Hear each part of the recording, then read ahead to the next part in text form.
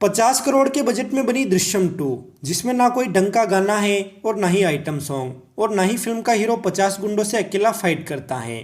फिर भी film public को इतनी पसंद आ रही है कि रिलीज़ के 6 दिन बीत जाने के बाद आज फिल्म के कई शो हाउसफुल चल रहे हैं और फिल्म इंडिया में 100 करोड़ का कलेक्शन का आंकड़ा पार करने वाली है और दुनिया भर में 150 करोड़ का। तो मैं हूँ राज और बात होगी आज कि आखिर क्यों दृश्यम 2 का क्रेज़ पब्लिक में इस कदर बना हुआ है। रीज़न नंबर 1, फिल्म की स्टोरी और स्टोरी को कहने का तरीका।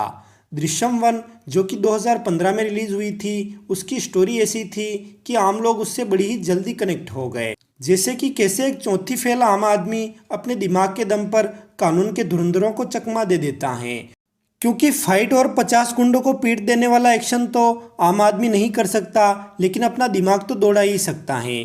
और साथ ही फिल्म का क्लाइमेक्स ऐसा था जो दर्शकों को संतुष्ट कर सके, क्योंकि ज़्यादातर सस्पेंस मूवीज़ इतनी डार्क होती हैं कि आम दर्शक समझ ही नहीं पाता कि फिल्म में क्या हो रहा है।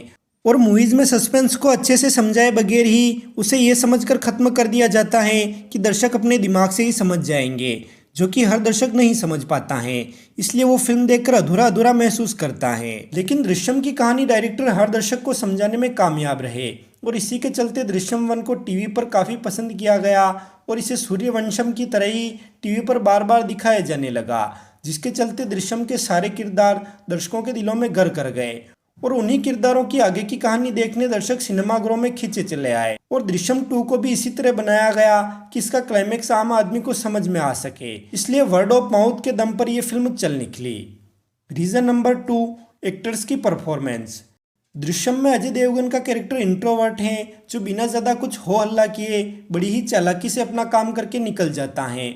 और ऐसे कैरेक्टर के लिए एक्टर की आंखों और चेहरे के हाव भाव और उसकी बॉडी लैंग्वेज ही सबसे ज़्यादा कारगर होती हैं। और ऐसे कम बोलने वाले सीरियस कैरेक्टर करने में अजय देवगन माहिर हैं। इसलिए दृश्यम देखते समय दर्शक भूल जाते हैं कि ये विजय सालगांवकर नहीं बल्कि अजय देवगन हैं। और उसी विजय सालगांवकर की फैमिली को एक बार फिर से आगे की कहानी में देखने के लिए फैमिली ऑडियंस दृश्यम 2 देखने के लिए उमड़ पड़ी। और ये सब हो पाया अजय देवगन सहित तब्बू, श्रेया सरन, कमलेश सावंत और फिल्म में नजर आए बाकी बेहतरीन एक्टर्स की वजह से, जिन्होंने अपने किरदारों को जीवंत कर दिया। और साथ ही दृश्यम 2 में अक्षय खन्ना को लेना भी फिल्म के लिए एक बड़ा प्लस पॉइंट साबित हुआ, क्योंकि अक्षय खन्ना वो एक्टर हैं जिससे बॉलीवुड बॉयकट का समर्थन करने वाले भी नफरत नहीं कर पाते। Reason number 3, original Malayalam Drishyam 2 की हिंदी ऑडियंस तक पहुंच ना होना।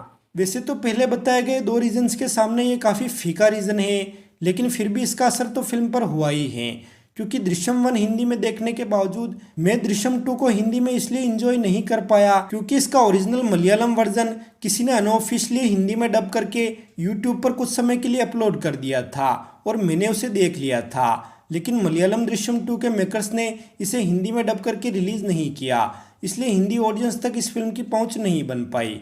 वरना दृश्यम 1 की तरह ही अगर ओरिजिनल मलयालम दृश्यम 2 को भी हिंदी में डब करके यूट्यूब पर डाल दिया जाता और बार बार टीवी पर दिखाया जाता, तो हिंदी दृश्यम 2 को दर्शकों का इतना अच्छा रिस्पॉन्स नहीं मिलता जितना कि अभी मिल रहा है।